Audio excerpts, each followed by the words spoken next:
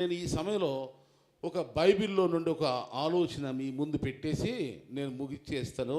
ఈలోగా స్పీకర్ వచ్చేస్తాను, ఇచ్చేస్తాను. ఆయనకు కూడా పావు గంట టైం, ఎక్కువ టైం లేదు.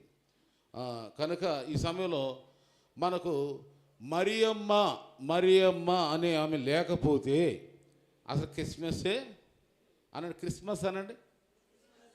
కిస్మిస్ అంటున్నారు ఎవరో. ఇందాక నేను పాట పాడేటప్పుడు ఈ wish you happy Christmas, merry Christmas అంటే రావట్లేదు. కిస్ అంటున్నారు.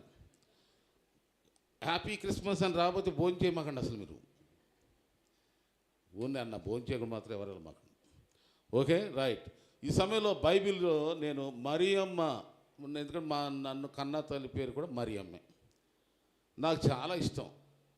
ఈ బైబిల్ గ్రంథంలో 1వ అధ్యాయంలోనే ఆమె గురించి ఆ అధ్యాయంలోనే మీకు చూపిస్తే ఇంకో అధ్యాయంలోకి పంపించింది.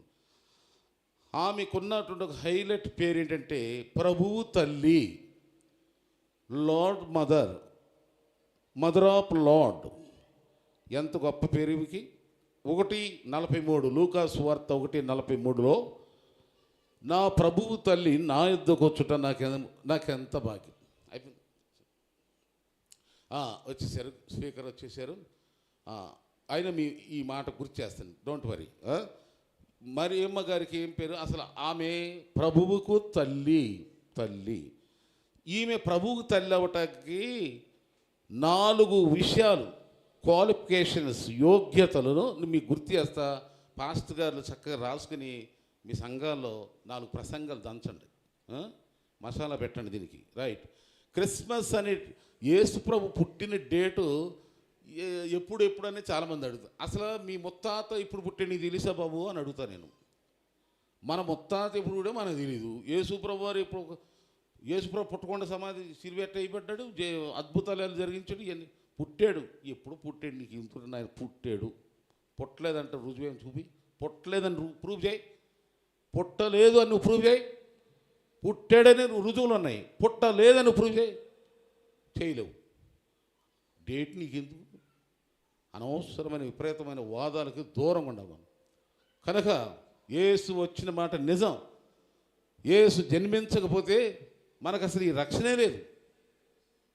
ఇదేమన్నా చెవులో పూలు పెడుతున్నారా క్రైస్తవులు? నేటికి జెరూసలేం లేదా? యేసయ్య జన్మ స్థలం లేదా? సంచరించిన అద్భుత కార్యాలు చేసినటువంటి ప్రదేశాలు లేవా? ఎవరైనా బలవంతం చేస్తారో? పుట్టు పూర్వతాలైన కట్టుకథలు చెప్పేసి క్రైస్తవులు ఎవరైనా మార్చాల ప్రయత్నం చేస్తున్నామా? యేసు క్రీస్తు జన్మించింది వాస్తవం కాదంటానికి ఎవరికి దమ్ము లేదు.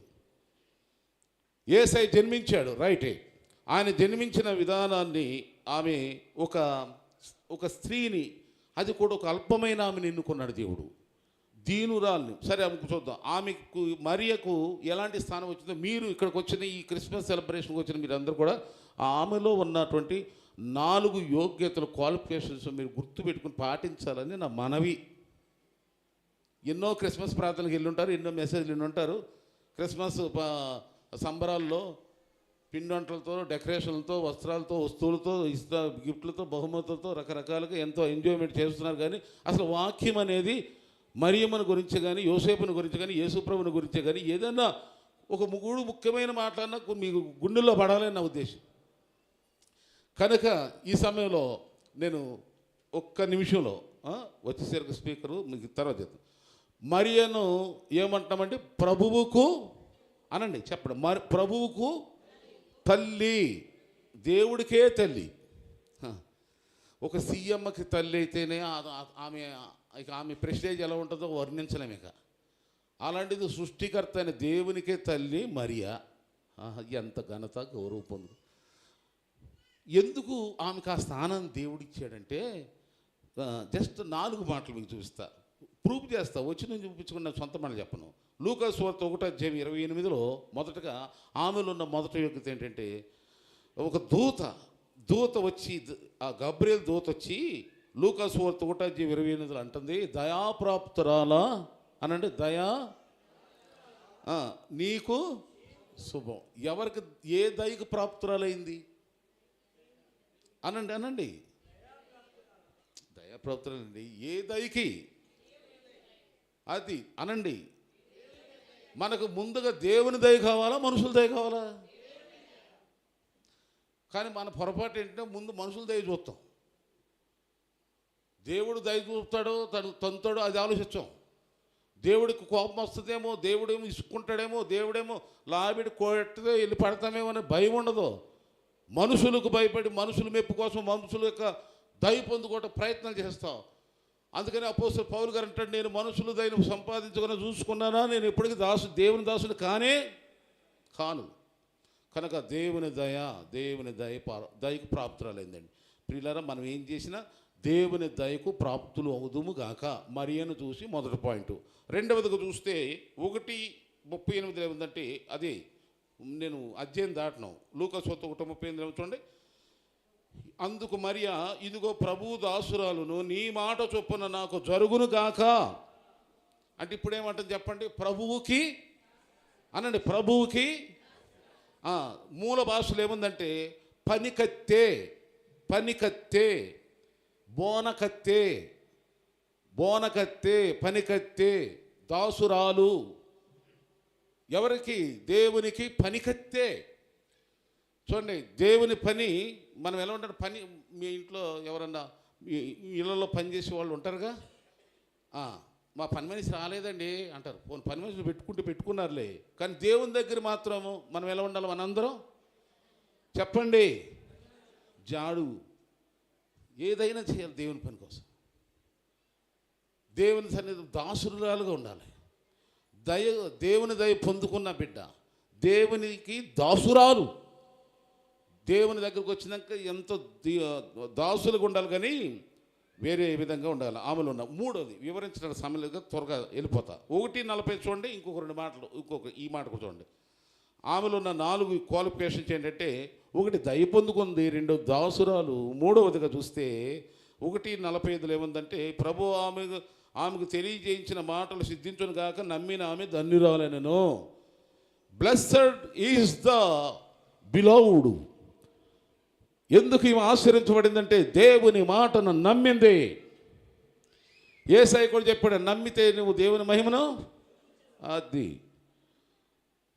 కనుక ఇక వెళ్ళిపోతా. అయ్యగారికి సమయం, నేను అయ్యగారు మెసేజ్ అన్నాను మనందరం కూడా దేవుని. ఇక 4వ పాయింట్ అండి. 4వ పాయింట్ చూడండి.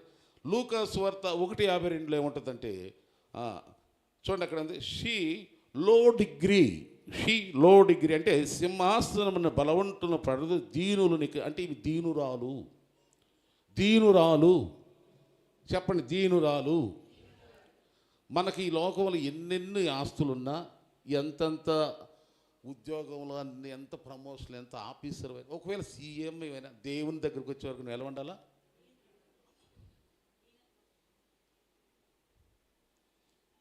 హెచ్చించాడు దేవుడు, ఓకే.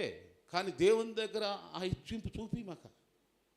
దేవుని దగ్గర నువ్వు ఎంత ఉన్నా సరే ఏమి లేదు నాకు అన్నట్టుగా ప్రభువు దగ్గర ఉండాలి.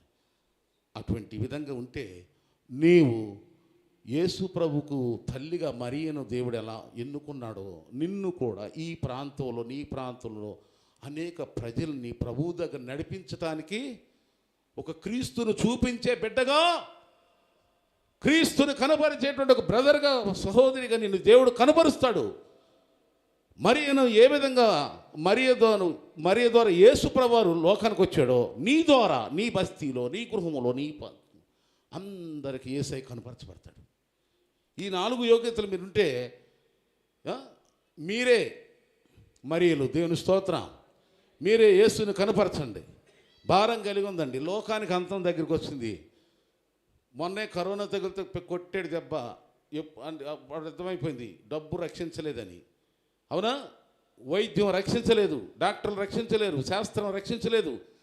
ఒక దేవుడు తప్ప ఏదైనా అందరూ కూడా దేవుని వేడుకుంటే దేవుడు కనికరించి మళ్ళా మనకు మామూలు రోజు ఇచ్చాడు. కనుక ఇప్పుడైనా సరే జాగ్రత్త పడి రక్షణ పొందకపోతే రక్షణ పొందుకొని మరియ వలె జీవితాన్ని మార్చుకొని యేసు క్రీస్తును కనపరిచే బిడ్డలుగా, తల్లులుగా, తండ్రులుగా, బ్రదర్స్గా ఉండండి. దేవుడు పొందుకోండి. దేవుని రాజ్య వారసులు. దేవుడి మాటలు ఆశ్రయించను గాక. ఇక అయిపోయింది. సరే, ఈ సమయంలో మరి మన మధ్యకు వచ్చినటువంటి